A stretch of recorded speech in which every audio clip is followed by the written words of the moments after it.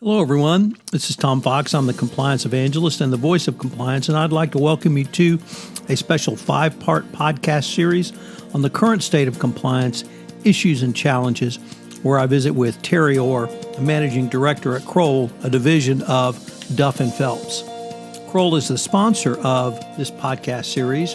In this podcast series, we visit with Terry about his professional background, the current state of compliance through the lens of recent FCPA enforcement actions, and the evaluation of corporate compliance programs 2019 guidance. We consider some of the specific issues for compliance in the private equity arena and the increased importance of compliance in the ever-changing healthcare space. First, a word about our sponsor, Kroll and Duff & Phelps. Kroll is a leading provider of risk solutions for more than 45 years. Kroll has helped clients make confident risk management decisions about people, assets, operations, and security through a wide range of investigations, cybersecurity, due diligence, and compliance, physical and operational security, and data and information management services. For more information on Kroll, visit Kroll's website, www.kroll.com. Duff & Phelps, the parent of Kroll, is the global advisor that protects, restores, and maximizes value for clients in the areas of valuation, corporate finance, investigations, disputes, cybersecurity compliance, regulatory matters, and other government-related issues. Duff & Phelps works with clients across diverse sectors, mitigating risk to assets, operations, and people. With Kroll, a division of Duff & Phelps since 2004, the firm has nearly 3,500 professionals in 28 countries around the world. For more information on Duff & Phelps, visit their website, www.duffandphelps.com. In this part 4, we take a look at some of the unique issues of private equity in the compliance arena. I know you will find this fascinating. Hello, everyone. This is Tom Fox, back for another episode with Terry Orr, Managing Director at Kroll, a division of Duff & Phelps. Today, we're going to take up the topic of private equity and compliance plans. So first of all, Terry, thank you for taking the time to visit with me, and welcome back. Well, thanks, Tom. Appreciate it. So Terry, as we continue our discussion, I think private equity is unfortunately uniquely suited as one of the groups that the Department of Justice has made clear is going to be under scrutiny in what we would call an industry sweep, but also they have a different set of risk parameters. So I'm very interested today to hear sort of your thoughts on that, because obviously as a business entity, they need their own compliance program, but they're also owners of businesses. So with that, maybe we can just start with, why do you feel it is important for private equity to focus on compliance plans of their portfolio or investment companies? That's a great question, Tom. The U.S. Securities and Exchange Commission and the U.S. Department of Justice are placing greater emphasis on the importance of effective compliance programs. We discussed all of that in earlier discussions. So we just discussed that the DOJ's recent guidance on corporate compliance and lessons learned, best practices that can be incorporated in compliance programs established from recent FCPA settlements. In the DOJ's recent guidance, they emphasized an increased focus on the roles of senior and middle management for enforcing a compliance program. The SEC and DOJ are prepared to hold fund managers responsible if one of their portfolio companies turn out to have internal issues, including corruption, lapses in data protection, or even the Me Too movement. Those agencies even have authority over international investments if the fund manager is based in the U.S., meaning that private equity players will often be forced to grapple with both U.S. and international regulators. Terry, if I could, I'd like to pick up that last point that you raised and ask you specifically, have you seen specific areas of concern for private equity sponsors who have either international investments or even prospective investments outside the United States? We have. The Trump administration is using sanctions more than any other recent administration. Therefore, private equity sponsors need to be aware of whether a prospective portfolio company or even a portfolio company does business in a region where there are U.S. sanctions Or for certain deals, they'll have to consider the Committee on Foreign Investment in the U.S. or the CFIUS concerns, in addition to data protection and privacy issues. Me Too and foreign corrupt practice issues are hot topics as well. Terry, typically private equity companies will certainly consider compliance programs as a key component of their pre-acquisition due diligence. But that's only part of the equation when it comes to M&A under the FCPA. So what are some of the reasons why they should be focused on compliance programs after closing or after acquisition? Well, it's always possible that a new issue will arise in the wake of a deal being signed, but fund managers need to ensure that in the aftermath of a deal, the portfolio's company is either fully compliant or is taking steps to make sure it will be fully compliant going forward. And then always the question is, how does a fund manager ensure that a portfolio companies are being compliant, that their compliance program is effective, and it's going to meet the standards that you articulated a little bit earlier? The best way to be vigilant is to do serious due diligence and then implement the policies that will put a business in the best position to avoid being penalized by a regulator. Kroll and Duff & Phelps has teams of experienced professionals specializing in a variety of industries that assist fund managers test compliance programs for weaknesses and gaps, and then help the fund managers implement policies that will put a business in the best position to avoid being penalized by regulators or experience losses from nefarious acts by employees or non-employees. Terry, one of the things that struck me about the most recent Department of Justice pronouncement on the evaluation of corporate compliance programs 2019 guidance was the increased emphasis on testing, what the Department of Justice calls continuous improvement. But it's not simply the testing, it's taking that information and looping that back into your compliance program, or almost a continuous cycle of improvement.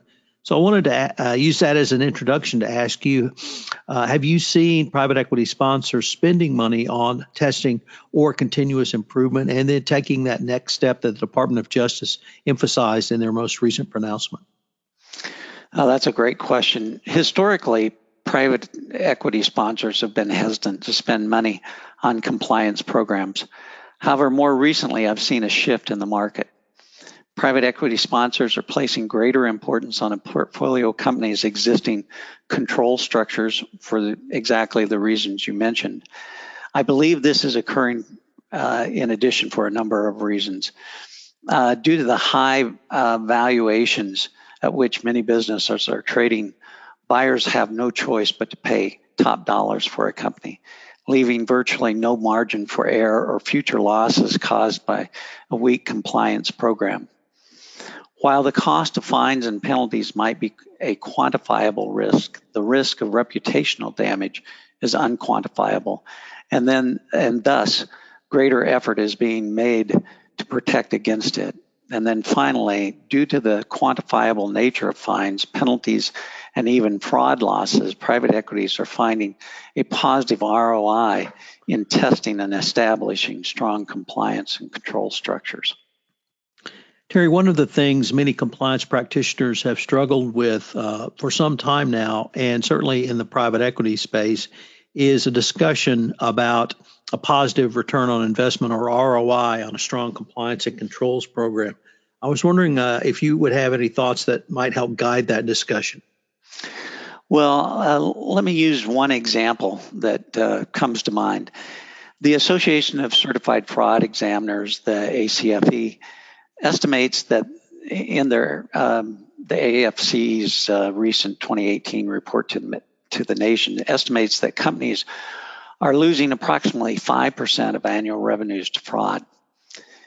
Just running through a quick example, in a company generating $15 million annually with an EBITDA of $2.25 million, losing 5% of revenues, or $750,000, would have a valuation impact on the company of approximately $9 million, assuming a valuation of 12 times EBITDA. This shows that an undetected fraud totaling 5% of revenues can decrease the company's valuation by as much as 25%.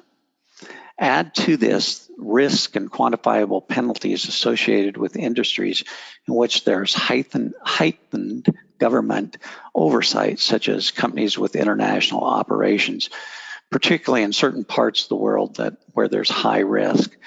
Banking and financial services, healthcare, pharmaceutical, and biotechnology companies, companies performing government contracting, construction, engineering, and infrastructure companies with long multi-year contracts, and software development and service companies. And the cause for testing, or the case for testing and strengthening compliance programs and internal controls becomes even stronger. Terry, I've been very persuaded by the ACFE report to the nations, particularly with its emphasis that bribery and corruption is really just a subset of fraud.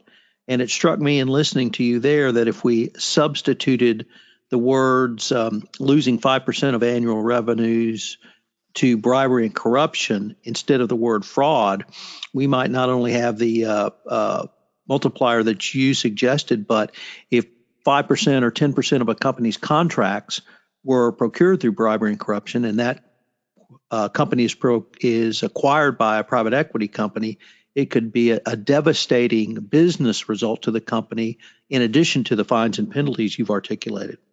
You're absolutely correct.